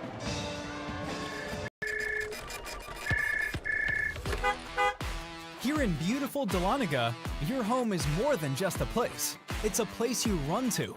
But every home faces the wear and tear of weather over time. And when it comes to protecting your family, a quality roof is everything.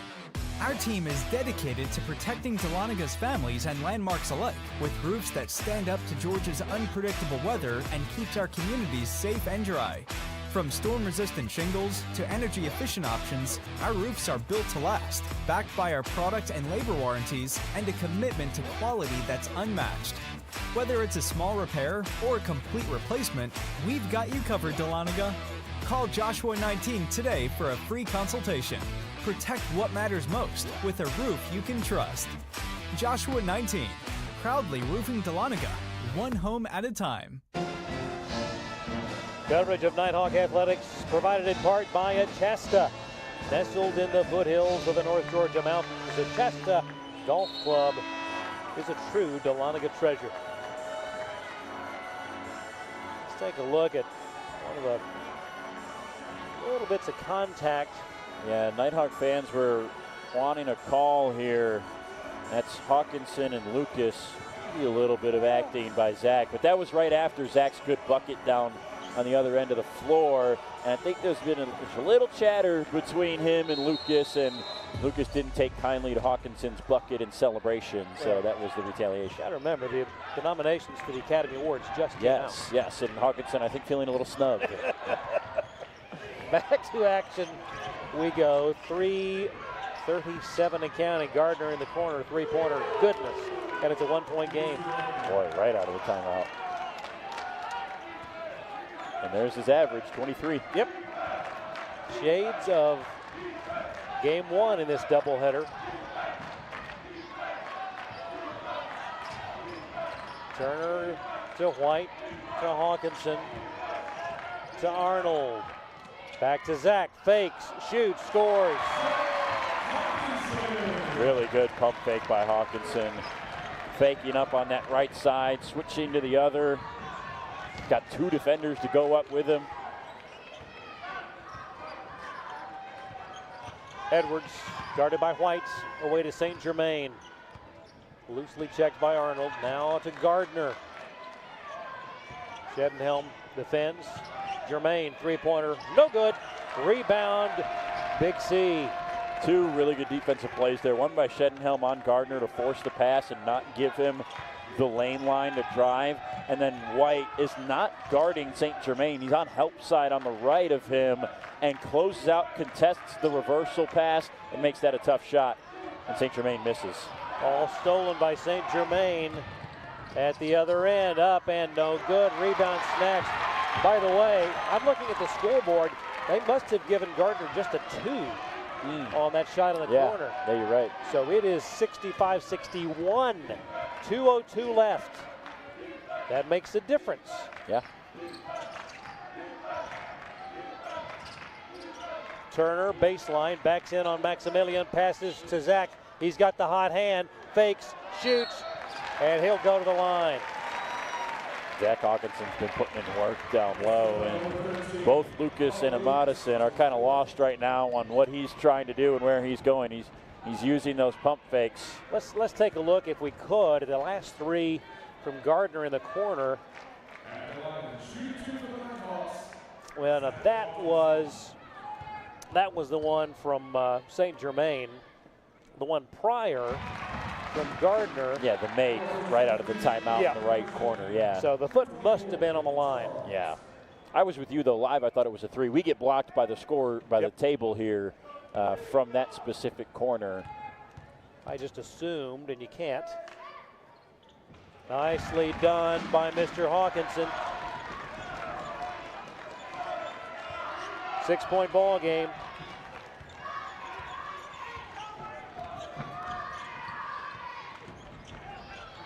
St. Germain up and in. His body control around the rim is remarkably impressive.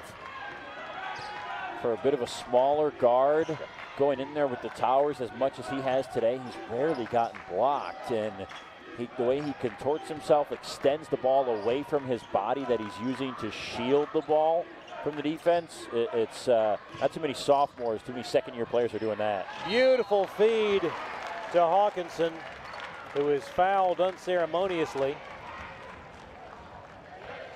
Nice job by the videographer underneath. That's Blake Troncali, one of our student workers down there. Look out, Blake. Nice job making sure. Gotta love it. Yeah, athletic play by a basketball player and a cameraman. Yep. Nice job also to keep Zach from hitting his head. Yeah. Athletic training staff will appreciate that. Absolutely. Boy, Zach has been on a nice run here.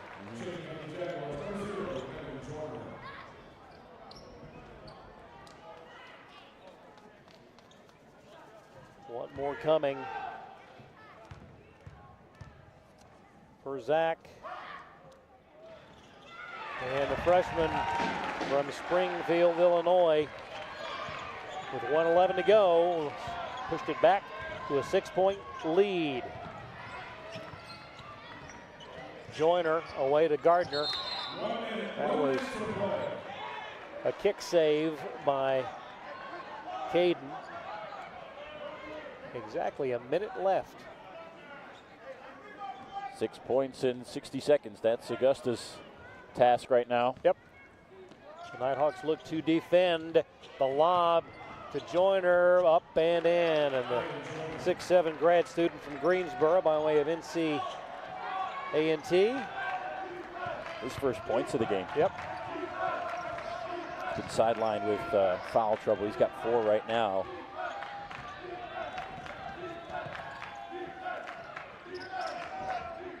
Turner looking for the backdoor cut. Instead, Caden works on Gardner. Yep. Oh, travel. Goodness gracious. I would have wagered on a foul, but yeah.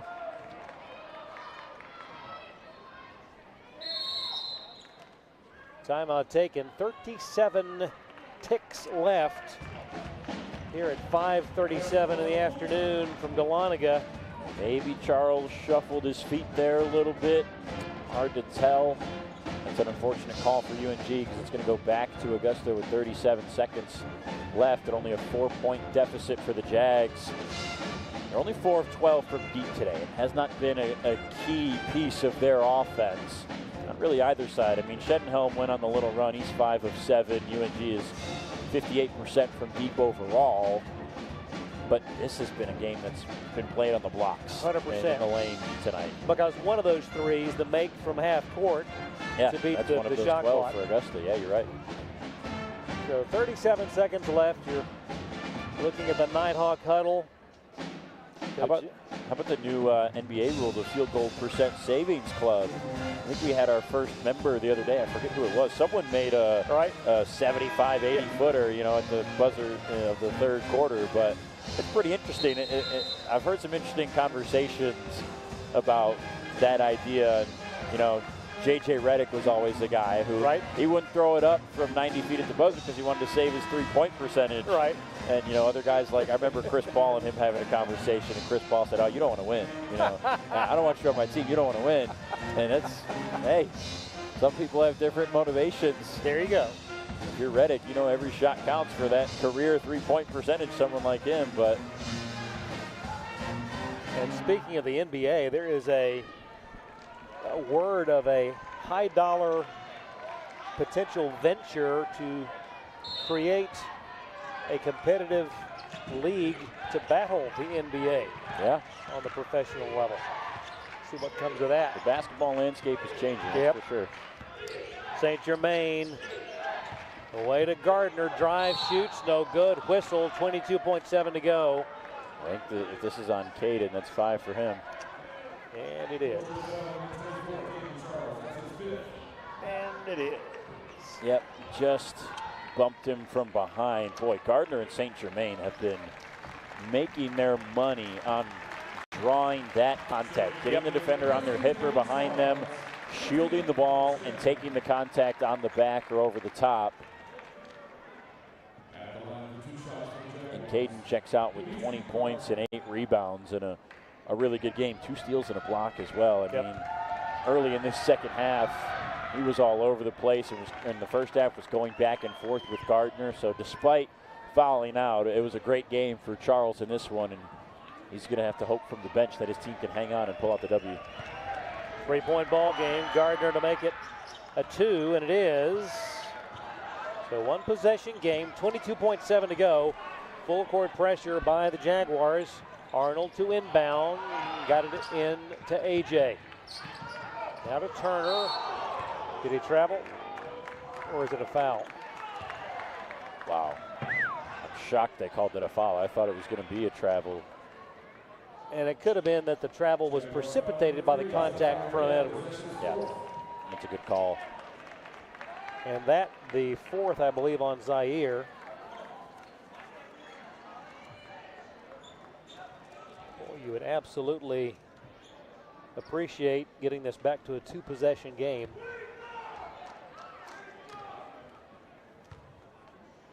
Turner, by no means a bad free throw shooter, especially for a big, 71% coming into today. But if you're going to take your choice of who you want to foul, that's probably who Augusta would go with. Got the first. Especially when the ball was in White's hand just before that. Yep. First one good, second one no good. 3-point ball game. St. Germain hurries it to Gardner for the tie. Shot is up, no good. Offensive board to Joyner in the corner. Again for the tie, no good. Air ball, Zach. AJ. Nighthawks are going to win it. The foul. Are they going to wave it off? I think the foul occurred before the buzzer. Yeah, they're gonna shoot some foul shots, I do believe.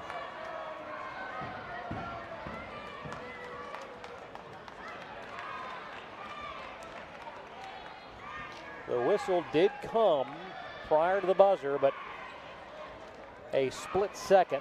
Yeah. 7/8 of a second, I guess. Yeah. There's an interesting argument here. You know, sometimes I think the referees get a little too liberal when it's clear that a team is intentionally fouling late. And I think sometimes they blow the whistle preemptively. Right. Whether a team is going for the foul. Sometimes you're trying to go for the steal first, and then if you don't get it the foul, and you'll see players be upset. Other times you're very clearly just trying to foul, and they still blow it before there's actually a foul. And I think you could have made an argument with about 3 seconds left when White had it right on the sideline. You could have made an argument for some contact. Then there was more like under a second to go, which is what they're probably going to find here in the replay. And I'd say 0.5, 0.6 they'll put back probably, and it'll be 2 free throws for A.J. White. I'm going to go 0.8. Okay. Not that it matters a single bit, because if he makes one. Exactly, it's done regardless. And with that little, say it is half a second, 0.5. Can you catch and shoot, or does it have to be a tip? Yeah, I mean, it's effectively, it's going to have to be a tip at that point, I think. We saw a buzzer beater at the D1 level, Northwestern, I think it was, earlier this year. They had it under their own, or under the basket, and baseline out of bounds, scored with 0.7 on a catch and shoot. Okay. And I was watching it. Maybe the clock started a little late because it just was it at Northwestern? It was. Yeah. And watching him catch and shoot, I thought, all right, here we go. You can see the clock at center court. And like maybe a Modison, he's calling for contact there. Then Gardner comes in. There's the foul. Boom. Oh, referee raises his arm right there with about 1.1. It's going to be more than a second. They put 1.2. Sheesh. So okay. Still, you make one, it's over. But it certainly did just get more interesting because that's plenty of time for a catch and shoot. AJ with 15 on the day. A man who entered the game at 90, just shy of 92% at the line. And 5 for 7 today. That'll do it. Yep. Most guys would love to be 5 for 7 from the line. AJ, not happy.